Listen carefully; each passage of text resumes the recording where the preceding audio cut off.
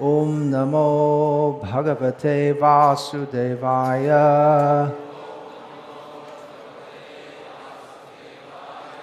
Om Namo Bhagavate Vasudevaya.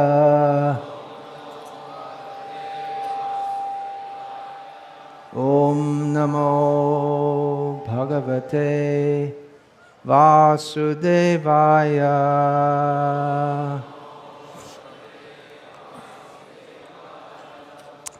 Srimad Bhagavatam, Canto 11, Chapter 10, Text number 5, translation and commentary by disciples of His Divine Grace A.C. Bhaktivedanta Swami Prabhupada. Now you're having a problem getting it, is it? Okay. Anyone else like to? You got it? Okay.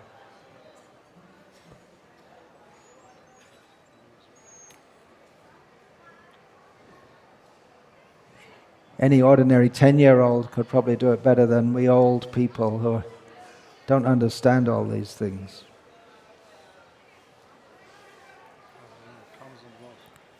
Okay, someone else can give it. Yeah, you better try and find it also, just in case. This is a verse spoken by the Supreme Personality of Godhead, Krishna, to his dear disciple, Uddhava. Okay. Yaman abhikshnam seveta niyaman matpara kvachit madabhigyam gurum shantam upasita madatmakam.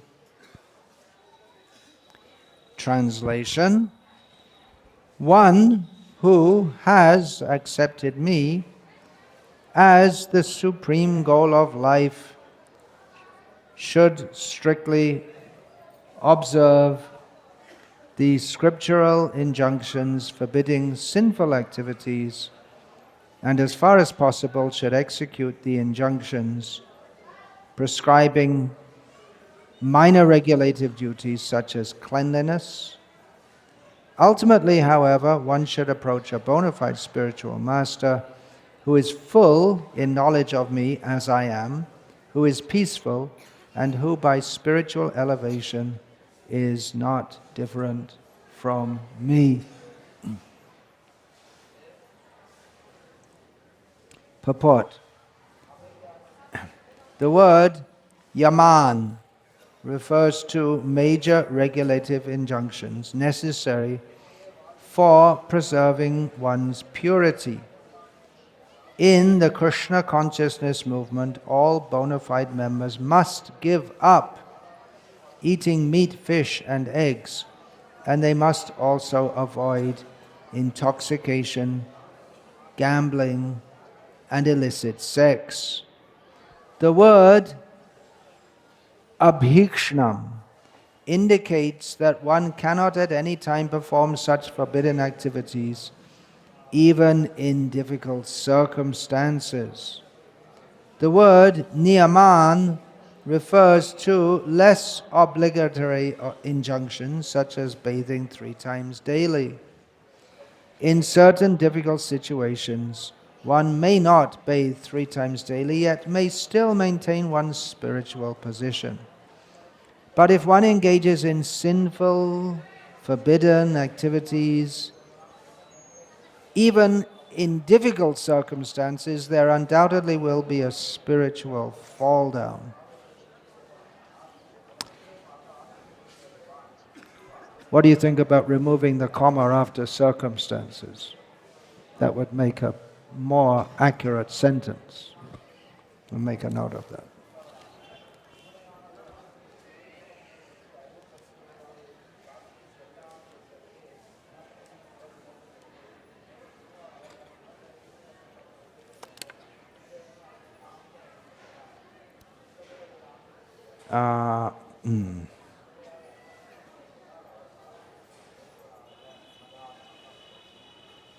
Oh, okay. Give me yours.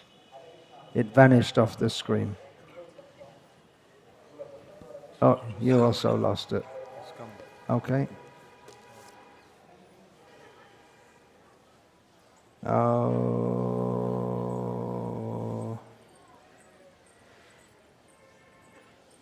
Ultimately, as explained in Upadeshamrita, mere adherence to rules and regulations cannot give one spiritual perfection. One must approach a bona fide spiritual master who is mad abhigyam, or in full knowledge of the personal form of Godhead. The word mat, me, negates the possibility of a bona fide spiritual master having an impersonal conception of the absolute truth. Furthermore, the Guru must be in complete control of his senses. Therefore, he is called Shanta or peaceful. Because of being completely surrendered to the mission of the Lord, such a spiritual master is Madatmakam, or non-different from the personality of Godhead. Om Jnana Timirandhasya Jnananjana Shalakaya Chakshurin Militam Yena Tasmai Shri Gurave Namaha. Nama Shrishtham Manamapi Shachiputra Matra Surupam Rupam Tasyagajam Urupurim Goshtavatim Urupurim Maturim Goshtavatim Radha Kundam Girivaram Aho Radhika Madhava Samprapto Yasya Pratita Kripaya Shri Gurum Tamnatos Vandeham Shri Guru Shri Ataf Padakamalam Shri Gurun Vaishnavang cha Shri Rupam Sagrajatam Sahagarna Raghunatan Vitam Tam Sajivam Sadvaitam Savadhutam Parijana Sahitam Krishna Chaitanya Devam Shri Radha Krishna Padan Sahagarna Lalita Shri Vishakhan Hare Krishna Krishna Krishna Hare Hare Hare Rama, Rama Rama, Hare Hare.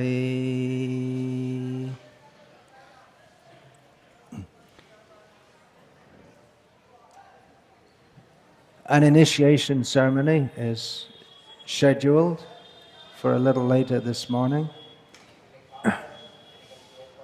In such ceremonies, Srila Prabhupada sometimes personally spoke, or sometimes had one of his leading disciples speak on the meaning of initiation, the meaning of being a disciple, as well as a talk about the 10 offenses that are to be avoided in the matter of chanting the holy names. So this lecture is going to be about guruship and discipleship. Generally, the talk on such occasions is general principles of guruship and discipleship, but I'm going to speak more specifically about my role as a guru, as I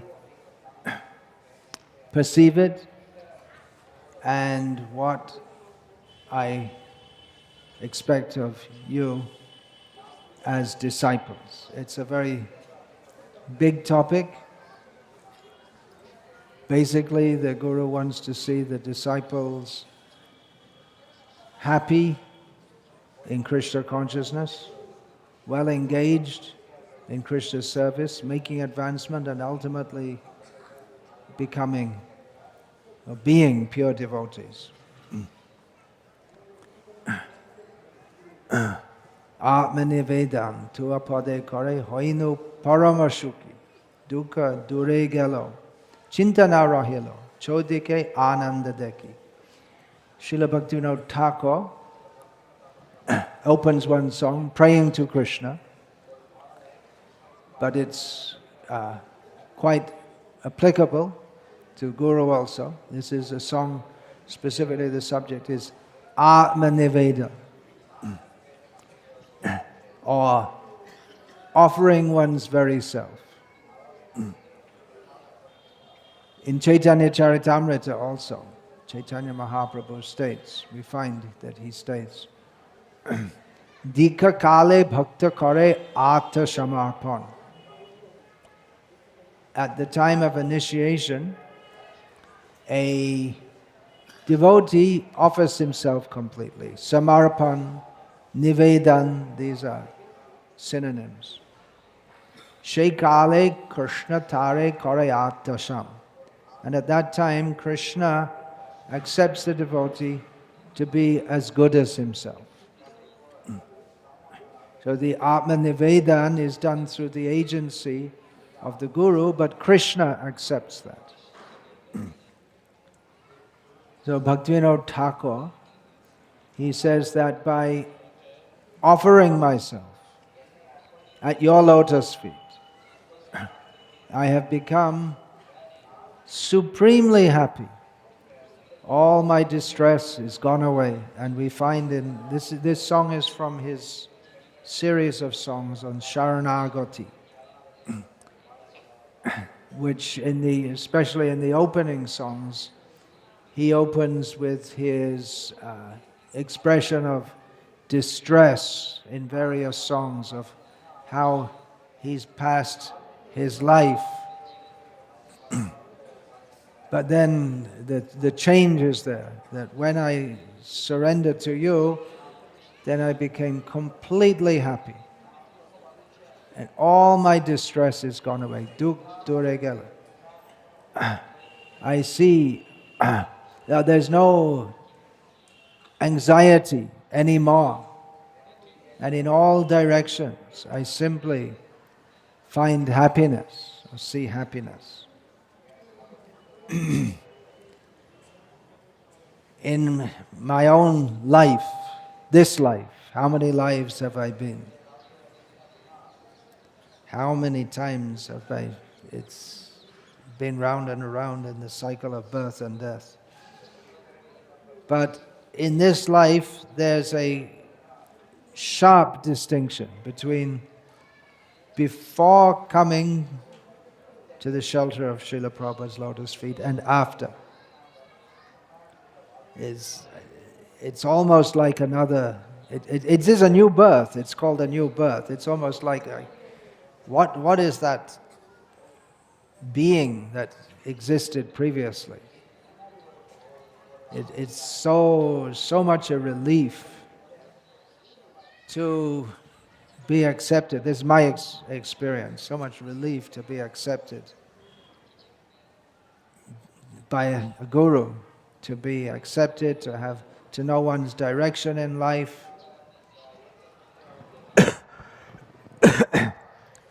Everything clear. Everything clear means in this world and in our minds everything may not be clear.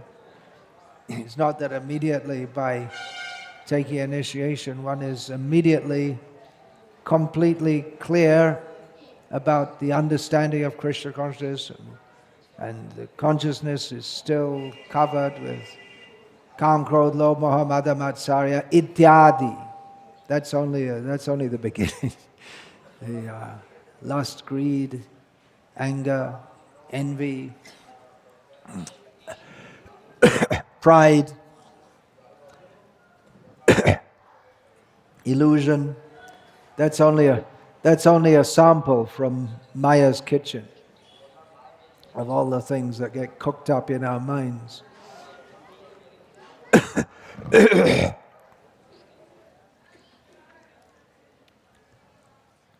But we feel very clear that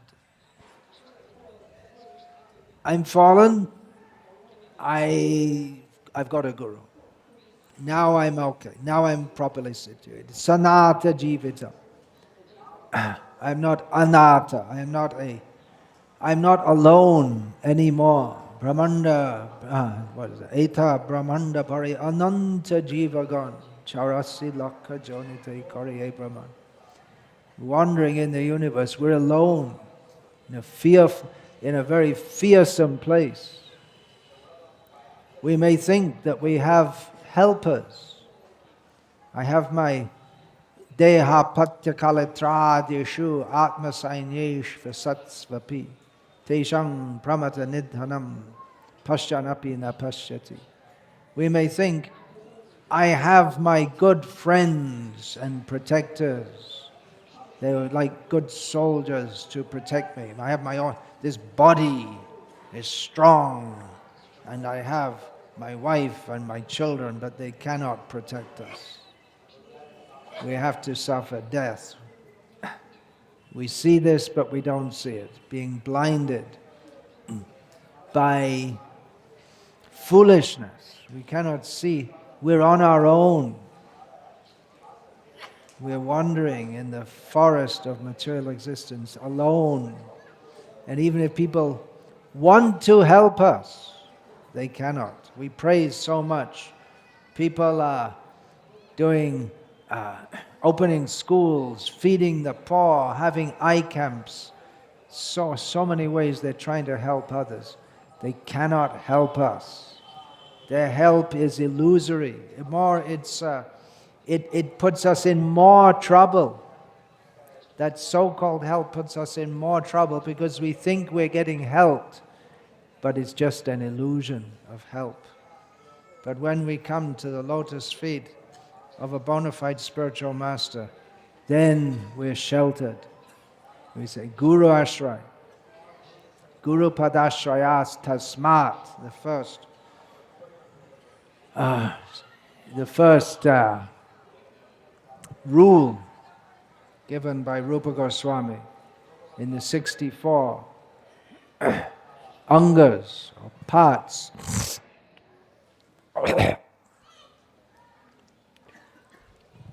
of sadhana bhakti, is to accept shelter of a guru. That's the first thing.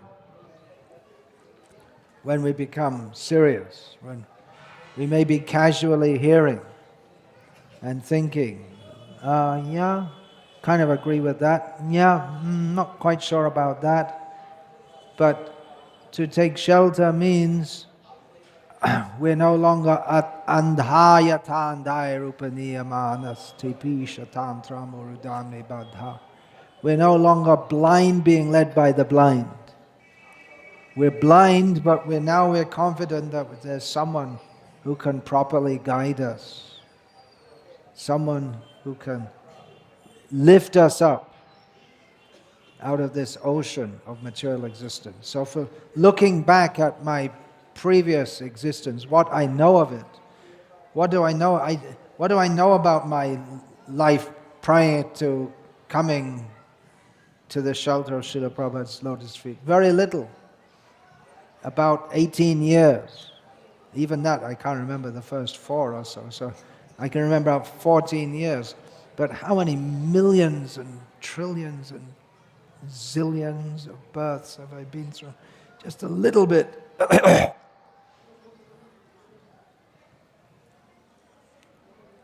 I have some memory of, but it just seems like a nightmare. Maybe you can, if some of you had nightmares, maybe you can remember even now. After coming to Krishna consciousness, generally we don't get nightmares by the grace of holy name, Krishna. But we may remember some nightmare. It can be so horrific that we can remember even after many years. That's lodged in our memory. So to live in a nightmare, well, there are people who are literally living like that. If you're living in a war zone, then you can be bombed. There are bombs falling all the time. I think you told that, Gokul Chandra, that during the war in Croatia, it's nice and sunny in Croatia in the summer. So people like to sit outside and drink coffee. And fighting is going on in the next street. But people would come and they'd sit and they'd drink coffee as if nothing was going on. and talk with their friends, and the war is going on in the next street. And they'll think, well, it's the next street, but then it comes in their street and they get killed. You told that, right? You had experience of that. So some people are directly living in the nightmare, and some people think, look in the paper. Nowadays it's not a paper, it's a screen. And see the news, and killing in Syria, and put it down and drink our coffee. It's over there. Foolishness. But even if we think that the nightmare is in Syria, not here, actually we're all living in a nightmare. Just pashyanapi na pashyati. We don't see it, but we're living in a nightmare. That's part of the nightmare, that we don't see it. And then all of a sudden we have an experience of that. And then it goes on and on and on. So for me, having the great good fortune of somehow or other being pulled to the lotus feet of Srila Prabhupada, I just can't imagine what it's like to live without a guru. I should be able to imagine, because most of the people in the world do so, but for me, to not have that, to not have that direction, to not have that shelter, it's like a nightmare, something horrible. To be like that, to be lost again, without any knowledge of what I'm doing or how to live my life, and just in the middle of fear all the time. And no hope. No hope. So I don't know how people can be so reckless. It's madness to want to conduct life without a guru. It's something like a child who gets in a car and he thinks, I'll drive the car, and he starts driving. He doesn't know how to drive, and there's no one there to supervise him. He's going to crash. It's reckless, it's mindless, foolish. That example is given in the Shastra. Atmanam Ratinam, the Atma, the soul, is the passenger on the chariot of the body, and the senses. The horses are like the senses. And intelligence is the mind, and the chariot driver is the reins are the mind, and the chariot driver is supposed to be the intelligence. But who can control such wild horses as the senses? Then we have to call Krishna to be the chariot driver, as did Arjuna, bewildered Arjuna. Krishna comes in the form of the Guru to take charge of our lives, and we can be confident, as Arjuna could be confident of victory, because Krishna is with him. He has to be successful, even though all the forces against him are so powerful. Jayatam Pandu Putranam Yesham Pakshe Janadana. The Pandavas must be victorious in battle, because Krishna is on their side. But otherwise, just like Duryodhana, he had his literally Asat Sainya, that is given as a metaphor in the Bhagavatam. The fallible soldiers of the family and friends, country, society, friendship and love. But Duryodhana had so many soldiers to protect him. But he was doomed, because he went against Krishna. He was alone.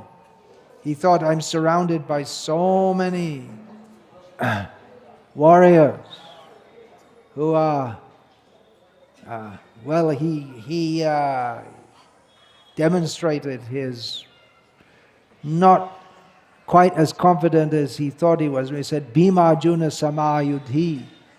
There are so many soldiers here. They're as good as Bhima and Arjuna. He didn't say they're better.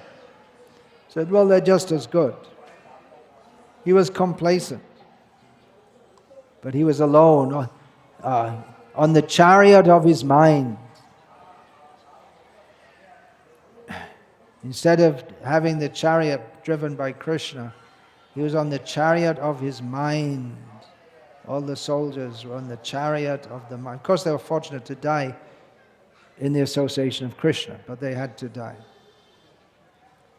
They didn't have a guru to tell them. Krishna was there as the best guru. Krishnam Vande Jagat Guru. He's the best guru, but they didn't want to accept him as a guru. It's a very frightening and horrible situation to be without a guru. It's also, from the prospective devotee's point of view or perspective, it's also a very risky thing. How can you be sure? How can you be sure this is the right path? Even if you're sure it's the right path, how can you be sure that the guru is going to guide you properly on the path? It requires some faith. It requires faith in God. You guide me to the right place. Brahmanda Brahmate Kono Bhagyavan Jeev Guru Krishna Prasade Pai Bhakti Lata Bij. Out of all the souls wandering in this universe, someone, Kechit Kevalaya Bhaktya, someone, not everyone, not many, may not be many, will get the idea of pure devotional service. But how? By Krishna's mercy, will send a proper guru who can guide one.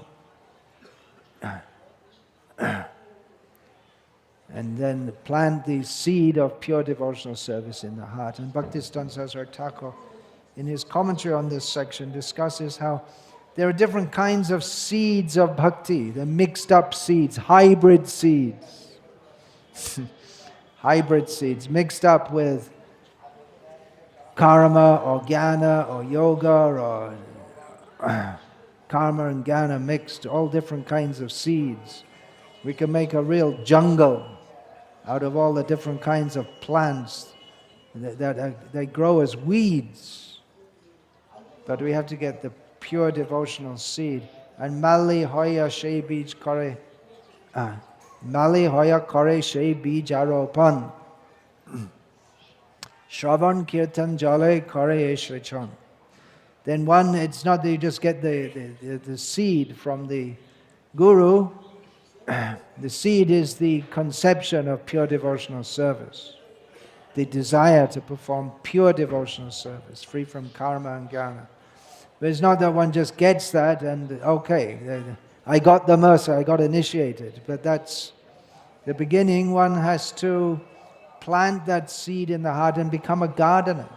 And make sure there's enough water of hearing and chanting about Krishna. And good water. If you use tap water and it's full of chlorine and fluoride, you're not going to get such a good result. So again, the hearing and chanting has to be proper, and our own method of receiving that hearing and chanting, and it has to be proper. That means all the way through with the desire to be a pure devotee of Krishna, a desire to come to that stage. And then there are weeds which may grow up also.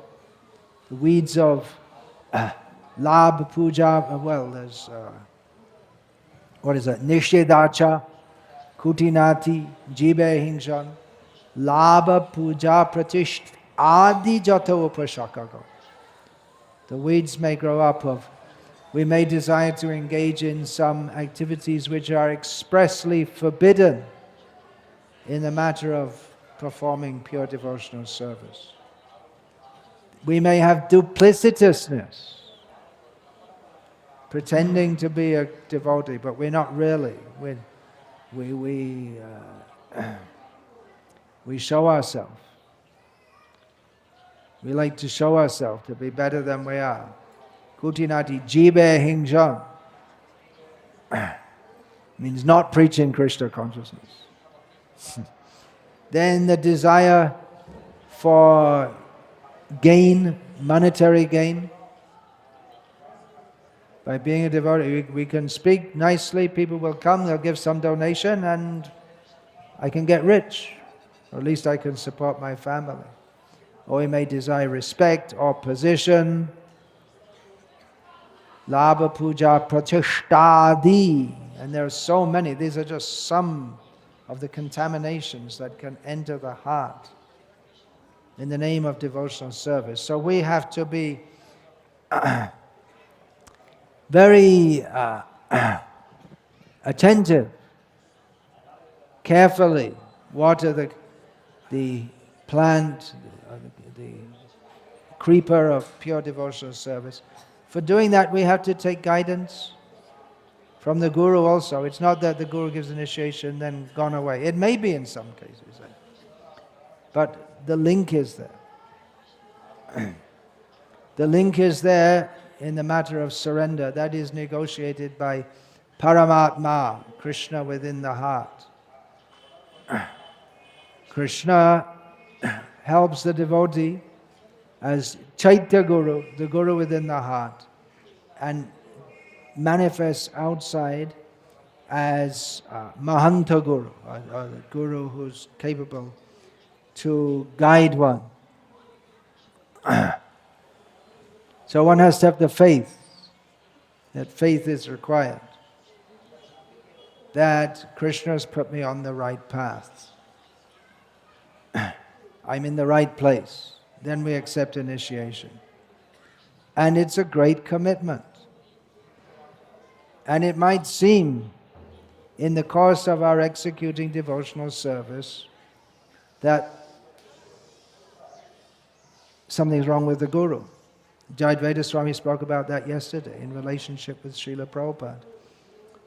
That when Srila Prabhupada said that the American astronauts had not been to the moon, then several of his disciples, they couldn't accept that, and they left their devotional service. Their faith in devotional service stopped. Srila Prabhupada said that, well, you don't believe me. It's not that I'm saying it, you have to believe Shastra. But actually for Srila Prabhupada's disciples, their faith in Shastra was predicated on their faith in him. They didn't know Shastra very well, hardly, whatever they'd absorbed from him. And that was a great test. It was the fact that Srila Prabhupada stressed this so much, one, that they hadn't been to the moon, or he doubted very much they'd been to the moon. That was a great test of Srila Prabhupada to his disciples. They had come to him on the strength of their attraction to his personality. It's different in every case, not exactly the same how everyone comes. But they came, they had faith in him, they were attracted to him. And we'll find especially many of the earlier devotees, disciples of Srila Prabhupada, they talk about his personality and how they were attracted by his personality. He was so kind, he was so loving. Those who came later, like myself, we often stress that we have to understand Srila Prabhupada through his teachings, because that's how we relate to him. I feel in many ways we are more fortunate because Srila Prabhupada didn't come to smile at us, per se. or to be a grandfather figure per se. He was a grandfather figure to many of his disciples. They saw him like that. Some saw him like a friend. So he is all that, but primarily the role of a guru is that of every guru, bona fide guru in the history of material existence. That he is to instruct according to the instructions of Krishna. That means as given in Shastra.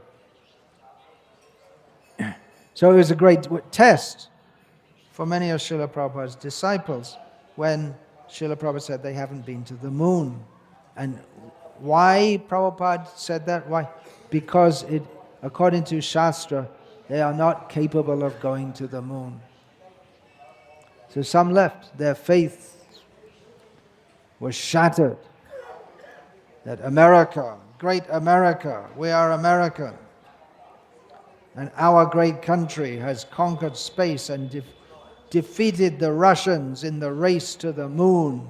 And we saw it on TV. So it must be true. And they went to the moon. And Prabhupada said, they didn't go to the moon. And probably there was no one in the world at that time except Prabhupada who said they had not been to the moon. Later there are so many. But at that time, Prabhupada was the only one. And it sounded bonkers. You can understand what that word means, even if you haven't heard it before. It's English slang for nonsense. Sounded like complete nonsense. It's just like saying something like, Narendra Modi is not the Prime Minister of India. How do you know? How can you say that? I haven't seen Narendra Modi. I don't even know if he exists. Maybe there's a robot going around, or maybe it's all fake news. But we can accept. It's reasonable to accept. And it would be extremely unreasonable not to accept that the present Prime Minister of India has the name Narendra Modi. And to deny that would be unusual, stupid. If I say, prove it to me, how are you going to prove it? If someone doesn't want to believe it. So in the same way, when Srila Prabhupada said they haven't been to the moon, it seemed like that. I mean, everyone knows, it's in all the newspapers, and it's the greatest achievement of the century. It's the crowning exploit of man's conquering nature. Not only, I don't think they talk about this anymore, but in the 1960s, and when I was a kid, we always used to hear about how man is conquering nature by science. So it was the crowning feat of man's magnificent adventure in conquering nature. Now we have gone to the moon, and we, the Americans, did it. And you can see the flag fluttering, the American flag fluttering in the non-existent breeze on the moon. So that proves it, and we saw it on TV. So it sounded like crazy. It may have sounded like crazy. And even there was one newspaper, not newspaper, TV or something, journalist, who interviewed Prabhupada shortly before the moon shot, just maybe a few weeks before, and said, now we're going to the moon, and what do you think about that? And Prabhupada said, no, you're not going to the moon.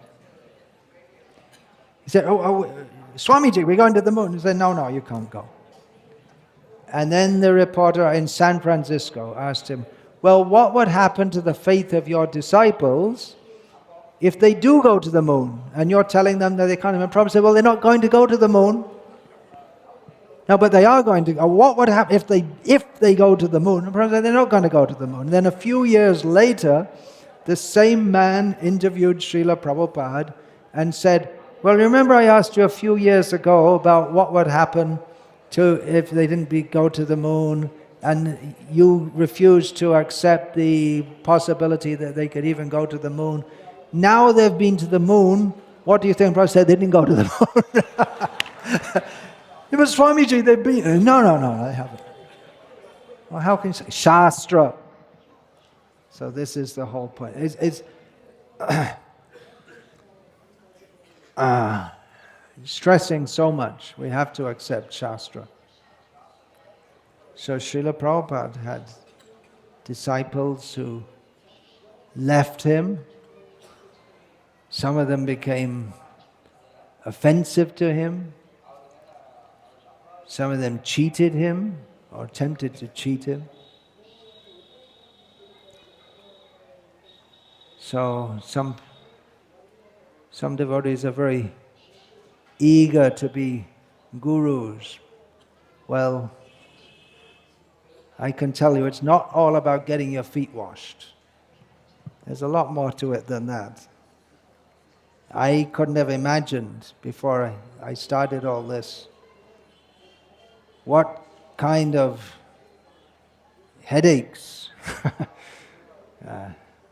there can be from disciples who maybe they like the way I smiled at them. I have to be careful about smiling, because then someone might want to be my disciple because they like my smile. But that's not what it's all about. One has to hear and be prepared to follow. And even when it's difficult, and there will be some difficulties, definitely there will be difficulties. Practically guaranteed there will be difficulties in the guru-disciple relationship, because we're something like wild horses, right? The example of the senses are uncontrolled, like wild horses. So to tame the horses, it's not that you just capture a horse and then a wild horse and then you harness the horse and then the horse suddenly becomes a domesticated horse. It's not like that. A horse that's been wild, it may be very difficult at any point that they'll fully relinquish their sense of independence. So it is difficult. If we have to accept the discipline of a guru, it's going to be difficult for our mind. Usually the self-realization process goes on over many lifetimes, beginning with following Varnashram. It doesn't really even begin self-realization, but it's just a situation in which one is more likely to take to self-realization. And then after so many lifetimes of being a karmi, then one can become a jnani, and then bahunam janmanam ante jnanavan mang prapadyate vasudeva sarvamiti samahatma sudurlabha. After many, many births of trying for self-realization, one may come to the point of understanding Krishna and surrendering to Him. But this process that Chaitanya Mahaprabhu has given, it's meant for just yanking people out of complete maya and purifying. So it's a very quick purifying process if we take to it.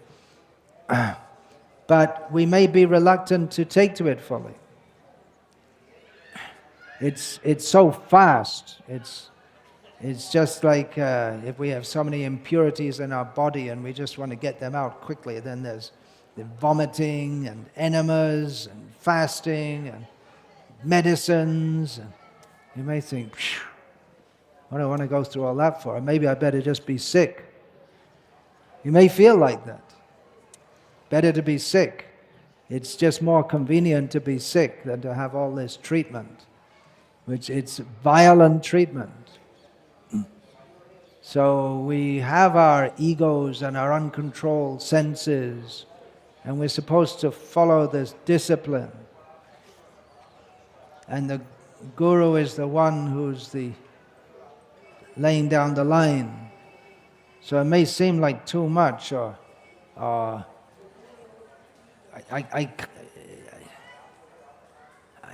think the Guru is wrong. Well, we heard about that yesterday, didn't we? That Jayadvaita Maharaj asked Prabhupada. It's a very daring question to ask. We see the Guru makes mistakes. How do we relate to that? I would say it doesn't make mistakes. That's just your wrong vision.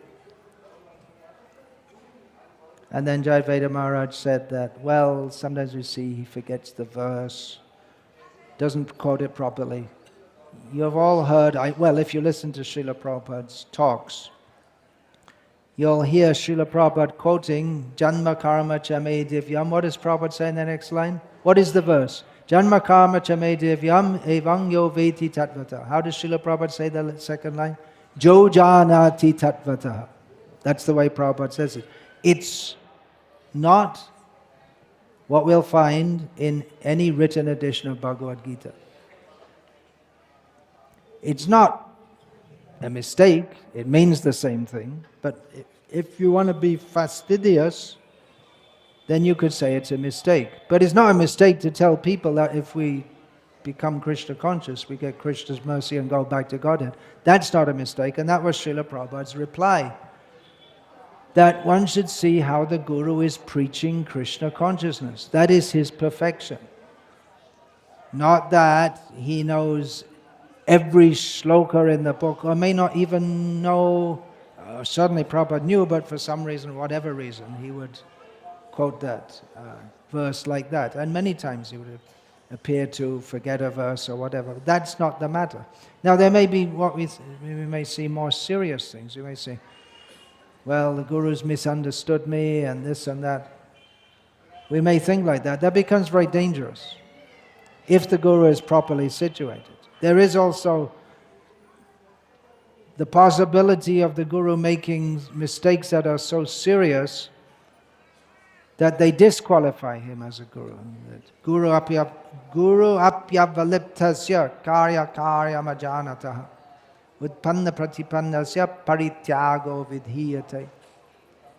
There are certain mistakes if the Guru makes that one should give him up as a Guru, no longer accept him as a Guru. If he himself is not situated in Krishna consciousness, or is not instructing properly, or becomes prone to sense gratification, and there are other things, Govardhana, becomes offensive to Vaishnavas. So someone may think, oh, he's not instructing me properly. Very dangerous. The mind may think like that. Not instructing properly means not instructing according to Shastra, not instructing according to what I think he should instruct me. That's it. This is how this should be understood. So I've also had the experience of disciples acting in a duplicitous way with me, or not accepting my instruction, or turning against me. And before accepting disciples, I couldn't have imagined how unpleasant that is, how painful it is that we accepted someone and we thought that they were sincerely practicing, but then we find that we tried to correct them, or they, instead of accepting the correction, they turn against you and literally act like an enemy. Definitely it's very painful. The pain is how they're causing harm to themselves, and how they con man, confidence trickster. They pretended that they were so sincere, but actually later it's seen that they're not. On the other hand, it's very pleasing to have good disciples who can show me what it means to be a disciple in their dedication, in their faith, in their service. Then there are in-between types. Oh, I see some of my disciples, they're very particular to follow what I say. They're very faithful in that regard. Yesterday, the day before, in one of the offerings, one of the devotees commented how in one temple he'd seen that as long as the devotees there were following my guidance, it was flourishing. But after they decided not to, it's going down. And I know what situation he's talking about, and I'd never thought of it like that before, actually. I thought because such and such a devotee left, and then a different kind of leadership came in. I never thought of it like that, exactly. But in one sense, you could say that also. And why was it flourishing when it was under my guidance and not so much now? Then we can say that what is the reason for that? It's not some magic, it's not my smile, it's just the formula is there. Krishna consciousness is scientific. If we act like this, if we keep our attitude like this, then things will work. And if we don't, if we have ulterior motives, we may all have ulterior motives, but if we are not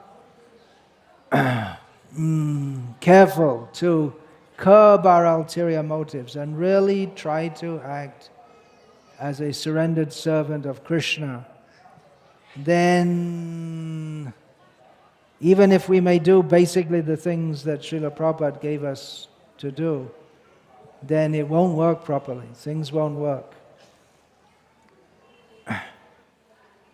So it's a great education for me. I'm supposed to be teaching you. But I'm also learning from all of you. And like I said, there are some who are very particular to follow, who have faith in what I say, even though it may seem to be quite extreme. Yeah, it is extreme. It goes against everything. Just like the moon. It's extreme. It goes against everything in the world. Not going to the moon, but the whole thing, how we should not be materially ambitious.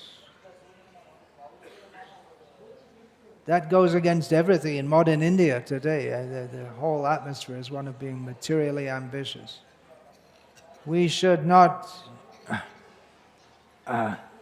think that my benefit is in maintaining the body. My benefit is in performing activities that may be not very good for the body. Rising early in the morning in the winter, bathing, may not be very good for the body.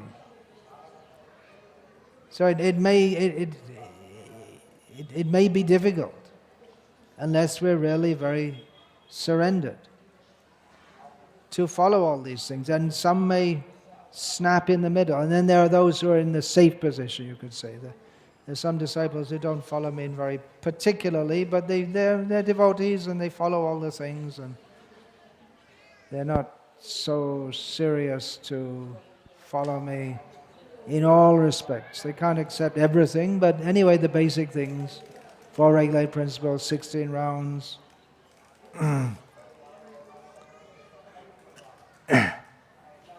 it is difficult to be a disciple, actually.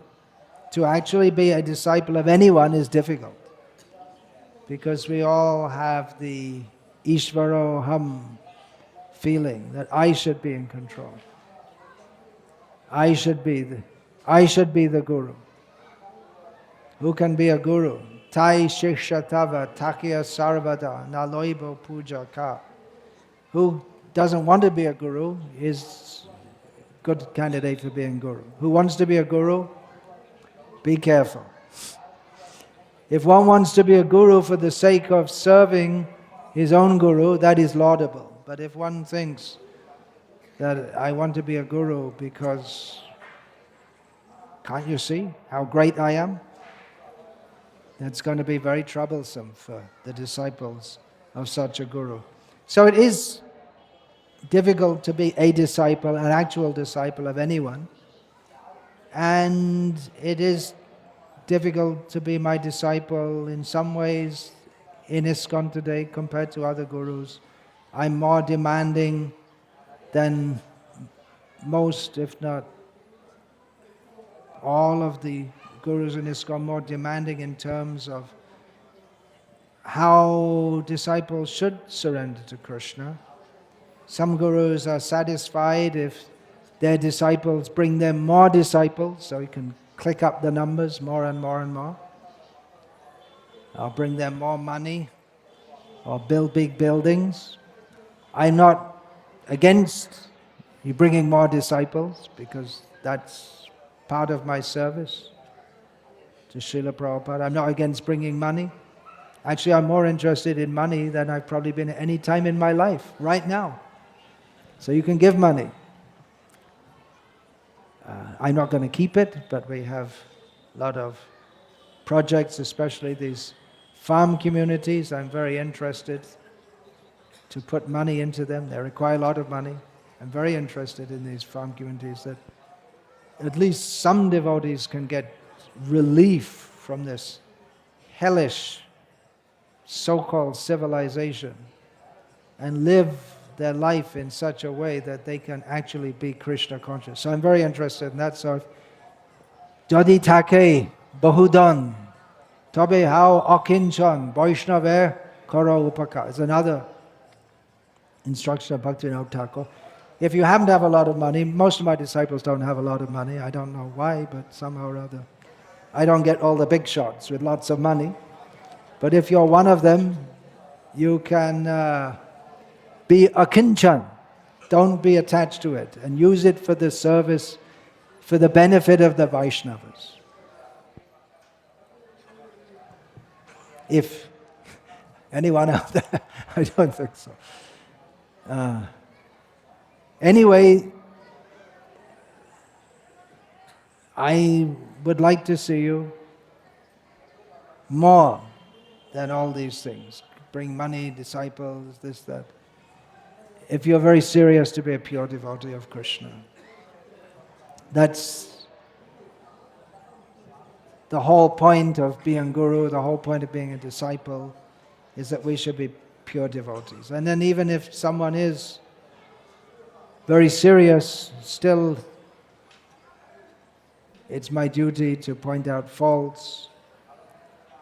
Maybe that's another reason people want to be gurus. You can be justified in fault finding.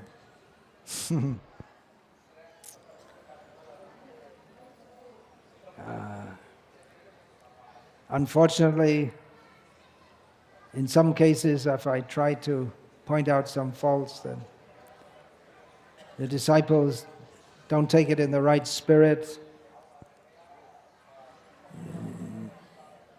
They think that they know better, and I'm not able to be manipulated, as they're manipulating other people in the name of preaching Krishna consciousness, and because I won't be manipulated by them, so they go away and say that I'm wrong because I don't indulge their mixture of Krishna consciousness with their own plans for manipulating and exploiting others. Say, I'm not unlimitedly merciful. I'll tell you that right now. I'm not unlimitedly merciful. One reason is that we're in ISKCON, it's a big society, so if you don't like me, you don't have to have me as a guru. There are so many gurus in ISKCON. Or if a few years down the line you find you don't like me, then there are so many gurus, you can go and join them. It's all right, I have no problem. It's great. Actually, it's much better than going on with some kind of farce. If you find it too difficult, you find me to be too unreasonable and too nasty and too unrealistic and whatever, there are so many gurus in ISKCON. You can go and attach yourself to them. So, I'm not, in that sense, unlimitedly merciful. Of course, we should consider what is the mercy of a guru.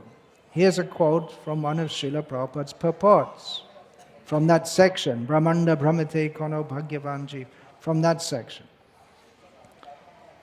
Srila Prabhupada writes, the spiritual master trains his disciples to render devotional service unto the Supreme Personality of Godhead. This is called Guru Kripa. Okay, let's read that again. It's a definition of Guru Kripa. You want to know what it means, Guru being merciful? Let's hear this again.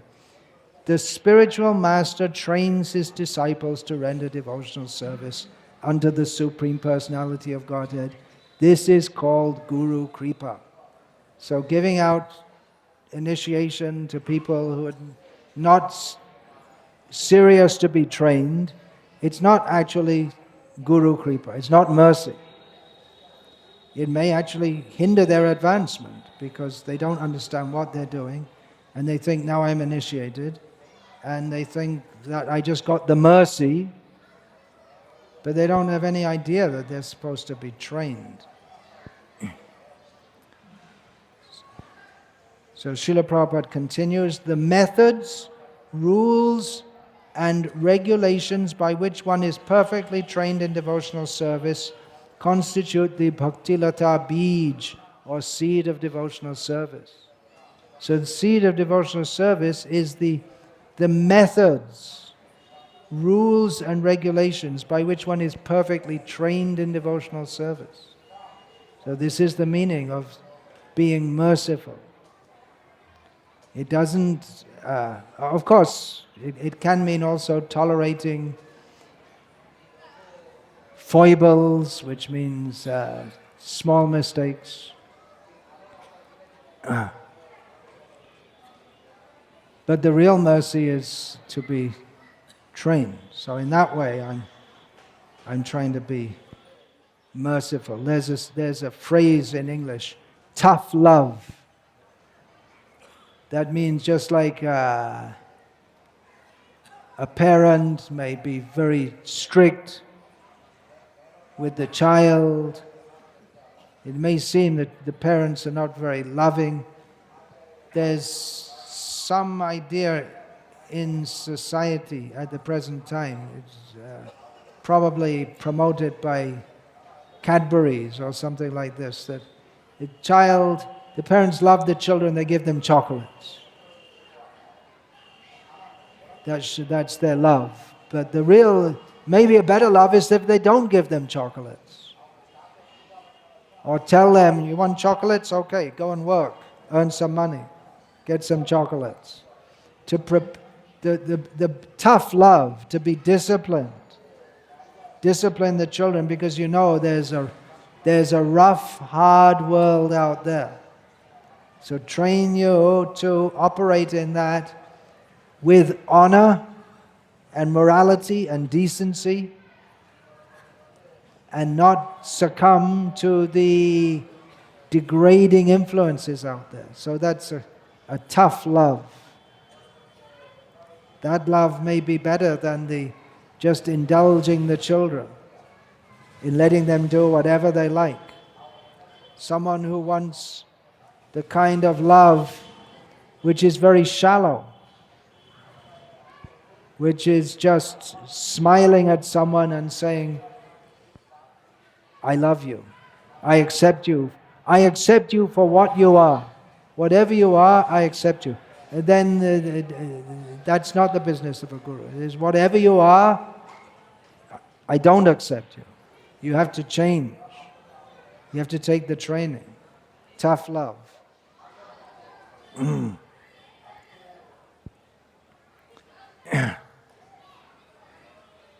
So,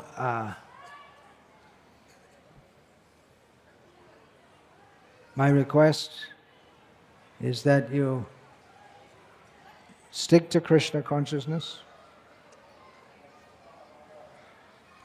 So many. Oh, Hare Krishna. It's a caterpillar. Came on the flowers. And here's a bee looking for nectar in the flowers. You can't see. I can see. It's all right. It's all right. No harm.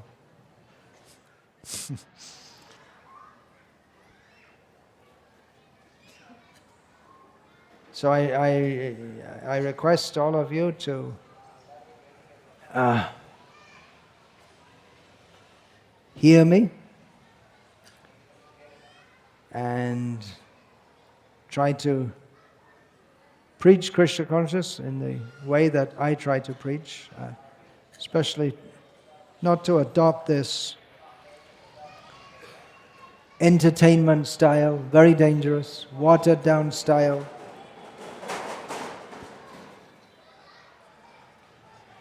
Here, Srila Prabhupada. Srila Prabhupada was often very humorous, but even in his humor was not for entertainment. And even in his humor, there's always a very grave message. Don't be enamored by this idea that we have to bring so many people. Yeah, we want to bring many people. But really we are looking for the diamonds. One moon is more illuminating than many, many stars. So try to keep the standard high. It's difficult,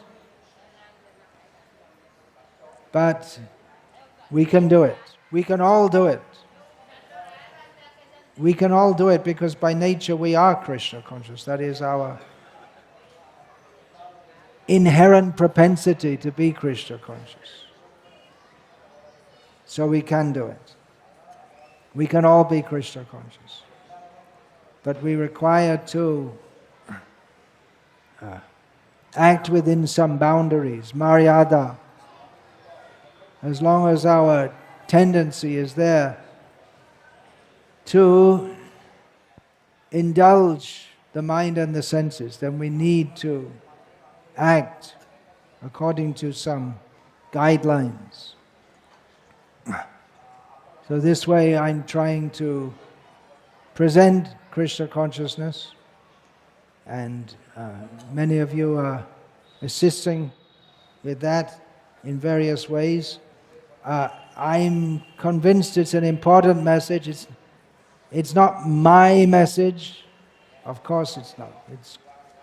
It's Krishna's message, which needs, the world very, very, very much needs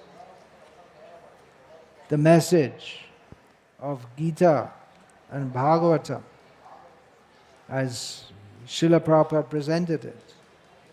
So I have a desire to communicate that in various ways, by writing, by speaking, by acting, and I need all of you to help with that, to give the message to the people of the world who are not only confused, but actually it's a very good time for preaching all over the world, because more and more people all over the world actually realize that they're confused. So that's good. If people realize that they're confused and everyone around them is cheating, And we can give the message of Krishna consciousness that here there's no cheating or exploitation. There's no boasting or showing off. That I'm so great, we're so great. It's just the natural propensity of the soul. It's the normal thing to chant Hare Krishna, to dance and be happy. We're all meant for that. To live simply. Live simply means not only to live on the land, but our mind should be very simple also. Not scheming. Just simply accept, I'm the servant of Krishna. That's all. So it's a message that requires to be shared. Tribhuvanath Prabhu, one of my better known godbrothers, who passed away, he often used to quote Srila Prabhupada's saying. There's no recording of Srila Prabhupada's saying, but he used to quote Srila Prabhupada's saying, Krishna consciousness is so simple, you might just miss it. It's so straightforward and easy that what do? You chant Hare Krishna, you follow the four regular principles, you preach that we're not the body, we're eternal. It's too simple. We need to do something else. We need to stand on the tip of our left toe and turn our head round 360 degrees and balance what's that thing called? Spinning top on our nose. We need to do something different. Not only do we not need to do something different, we need not to do something different. Just simple, straightforward. Krishna is the Supreme. There is God. The universe is not going on by chance. There's a purpose, there's a controller. We are controlled. That controller is God. His name is Krishna. We have information about him from Shastra. So it's a very simple message. And the approach, the life is very simple. So keep it like that. It works. It actually works. If we follow the process of Krishna consciousness as given by Srila Prabhupada, as given by Rupa Goswami, as given by Vyasadeva, and my little self, I'm just saying the same thing, that's all. If we do, it works. Individually, collectively, and people become attracted to such an atmosphere. People who are looking for, they may not even know what they're looking for. They're looking for the real purpose of life, or they're just looking to be happy. When they see a group of devotees, then they become attracted. Manida Prabhu, you may know, some of you, what? Friend, godbrother, at our festival in Lika in Croatia a few years ago, he told me that we have that festival in Lika, and that's at just on the roadside. The area where we have it is just on the roadside. And there's a sign outside saying Hare Krishna, and many tourists come in that area. So he told me that some German tourists stopped, and it was just lunchtime. So devotees were serving lunch, and they brought these German tourists in and gave them lunch, and they were husband and wife, or man and companion, or woman and companion, whatever. They were talking among themselves. Amartya Prabhu told me, because hardly anyone there knew German, but he knows German. So he said that they were saying among themselves, look at these people, how happy they are. They were surprised. And look how they're serving each other. They were surprised. They were very attracted to that. Simple thing. We don't think anything of it. Devotees, they had their whole morning program, and then they're serving prasada. And it's normal, but these people, it's surprising. And so many people, they want to go to Germany. They think, I'll go to Germany, I'll be happy. Germany is a mighty country, with wealthy country, civilized country, at least from 1946 onwards. They started to be civilized.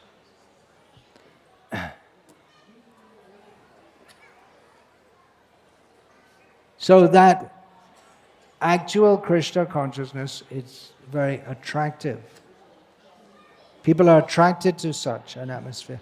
They want to be part of it. Whereas if we practice Krishna consciousness mixed up with material desires, then there's going to be nishedacha. If we're not very attentive to cut out the forbidden activities, cut out sense gratification. It's a hard message. Give up sense gratification. But if we don't, then we're in danger of falling into sinful activities, meat eating, gambling, intoxication, illicit sex. Don't think that it doesn't go on in ISKCON, within the institution called ISKCON.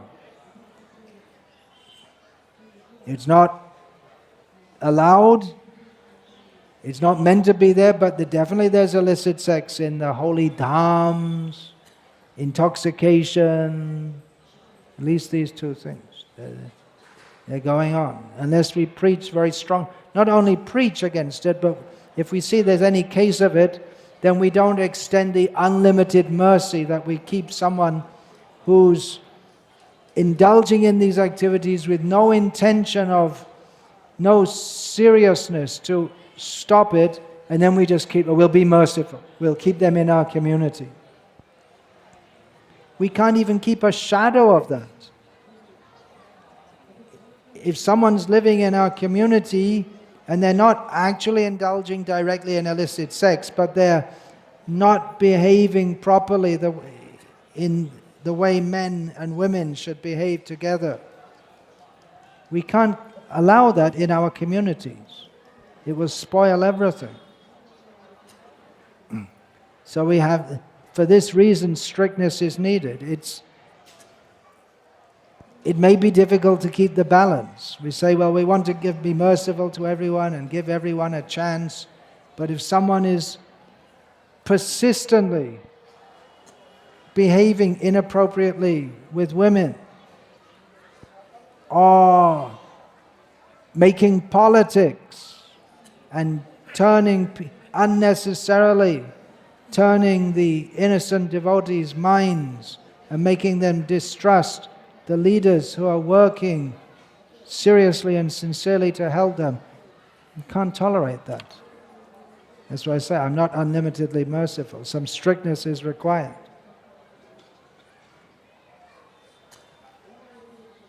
So I've heard through the grapevine, as they say, not that anyone came to me directly and told me, I've heard indirectly that some devotees within this movement consider myself and my disciples too idealistic, and that it won't last. Sure to fail. You can't go on like this. It may be that they're almost hoping for that. So like jackals and vultures, they can come and say, see, I told you so. Can't last. Someone may come to them and say, it's really tough being a disciple of Bhakti Vikasa. Yeah, I understand. Yeah. Okay, you come with us. And we're just going for a birthday party and we'll be having some Pepsi Cola. What's the harm? What's the harm?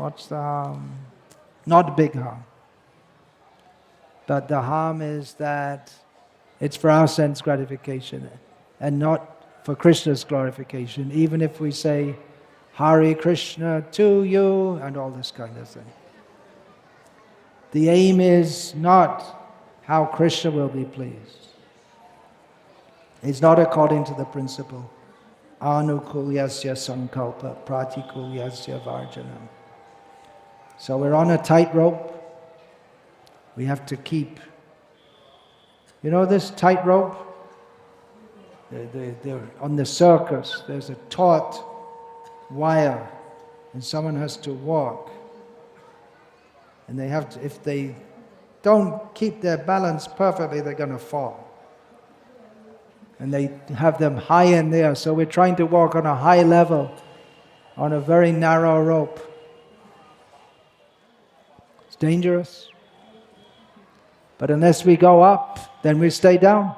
So we have to try to go up.